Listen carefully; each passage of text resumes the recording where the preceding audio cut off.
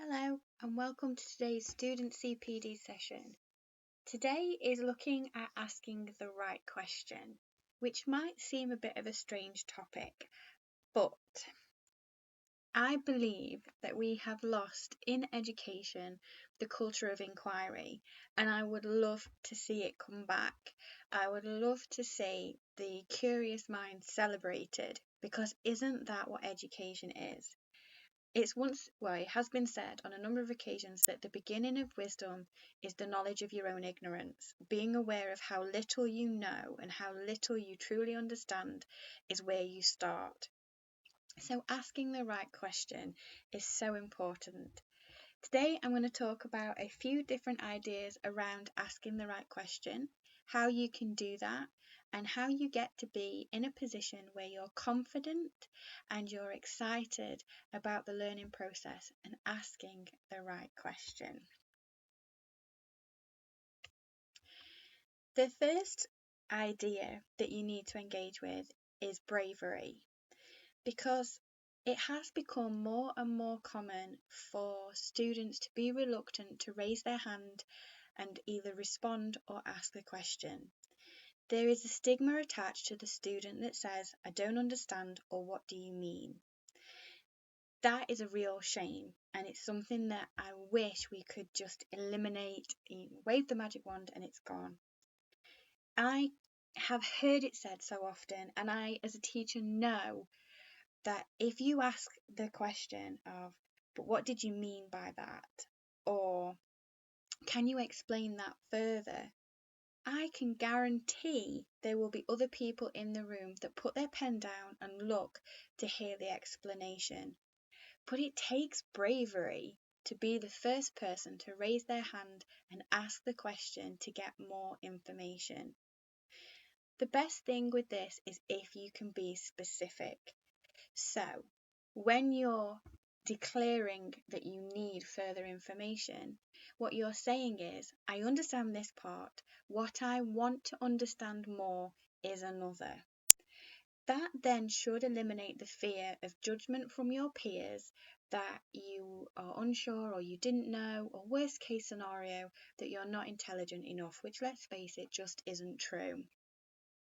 Make sure that when you ask the question, you are asking specifically, and be prepared to ask again, even if you didn't understand the first, second, third.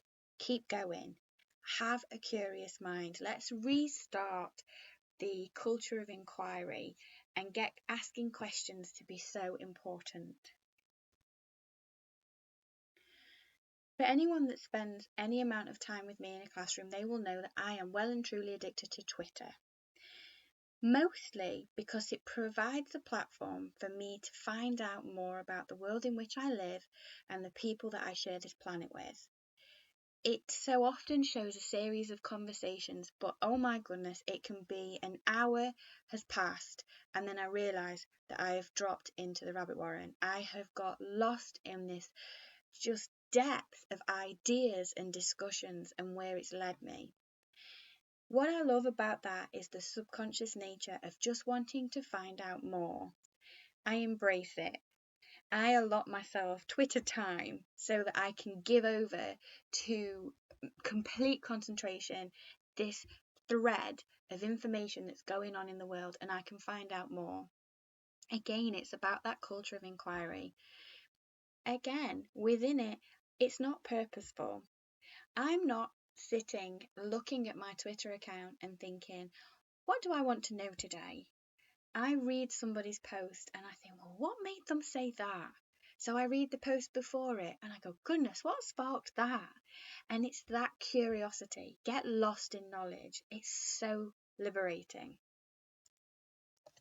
Another piece of advice is not to rush. As I've said, embarrassingly or not, I can easily spend an hour going down different routes with Twitter. But that's a good thing. It's a thing that gives you the opportunity to reflect and dwell on other people's views and perspectives and maybe even challenge your own.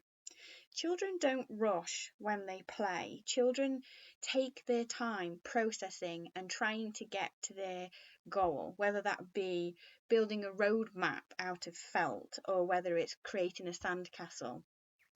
It's not about how quickly you can achieve something. It's about the process you go through to get there, and enjoy the process. Questioning is very much a process. Question your assumption. Question what you've been told. Reframe it so that you truly understand it. But don't be in such a hurry to get the perfect answer, because you might need to prepare for an answer that you don't like. You might find out a piece of information that you didn't want if you're testing a hypothesis and it disproves your theory and you have to start again. Or you had a concept and it's ruined. The learning process is the reward. The asking the question is the reward.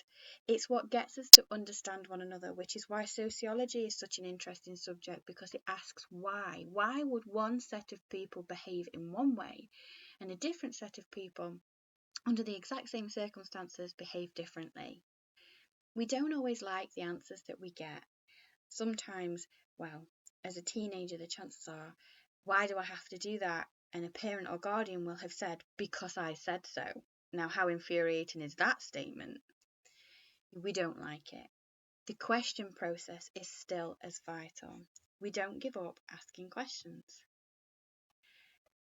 I would always say question everything. Let this be your mantra. I always find it really interesting when my students ask if they can be excused to go to the bathroom. Interesting, because I think, what would they do if I said no? Would they stay in the room until it became uncomfortable? Would they wet themselves? Of course they wouldn't.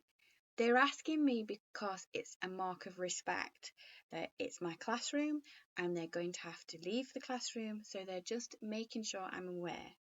So this question really is a politeness strategy. It's a way of sharing information and knowledge, admittedly about somebody's bladder movements, but that's the focus. So when you're in a situation, be prepared to ask the question. Ask why something is important. If you're studying something in one of your subjects, consider why your tutor has chosen that topic. What is the benefit of the learning process? In all of these videos, I leave you with a task at the end to complete. And with this one, it's slightly trickier, because what am I asking you to ask? You will need to think about the A-level that you are taking. And I want you to use this as part of your reflective practice as well. What sort of questions do you hear most frequently in those lessons? And are the questions primarily from the tutor, or are they from the students as well? How often do you ask a question in each of those subjects, and why?